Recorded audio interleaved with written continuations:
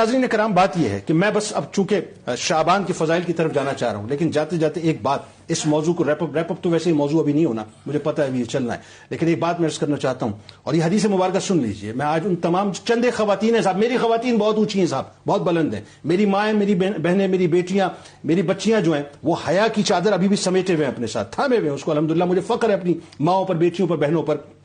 پاکستانی ماؤں پر مجھے فخر ہے، پاکستانی بہنوں پر، بیٹیوں پر فخر ہے. لیکن میں چند ایک کی بات کر رہا ہوں جو دندناتی پھر رہی ہیں اسلام آباد اور کراچی کے اندر. سن لیجئے حدیث مبارکہ آپ کے لیے کہ جس وقت دجال کا خروج ہوگا، یہ مسند احمد کی حدیث ہے جس کا مفہوم بیان کر رہا ہوں، کبھی کہیں گے تو تفصیل بھی بیان کروں گا. جس وقت دجال کا خروج ہوگا اور مدینے میں جب وہ داخل ہونے کی کوشش کرے گا، جو کہ وہ داخل نہیں ہو پائے گا، اور اپنا پڑاؤ جو ہے مدینے سے باہر جب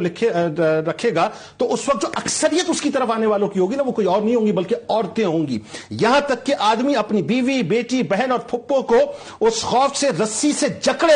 کے رکھے گا کہ کہیں وہ اس کے پاس نہ نکل کے بھاگیں. یعنی اس سے مراد یہ ہوئی کہ آج یہ جتنی بھی خواتین ہیں جو فیمنزم کے نعرے لگا رہی ہیں، ایکچولی یہ دجال کی کردار ادا کر رہی ہیں، دجال کے لیے ریڈ کارپیٹ بچھا رہی ہیں اور دجالی نظریات کو پرووک کر رہی ہیں کہ جس وقت دجال کا خروج ہو، اس کی آمد ہو، تو یہی ایکسٹینشن جو ہے انہی عورتوں کی صورت میں اس کو جا کے وہاں پر سپورٹ کرے کہ بھول کر پڑھتے نہیں اللہ کی کتاب، ہوتے نہیں چشمہ زمزم سے فیض یاب، مغرب کے میکدوں کی چڑھائے ہوئے شراب. اس درجہ ہو چکے ہیں مسلمان خراب کہ سڑکوں پہ ناچتی ہیں کنیزیں بطول کی اور تالیاں بجاتی ہے امت رسول.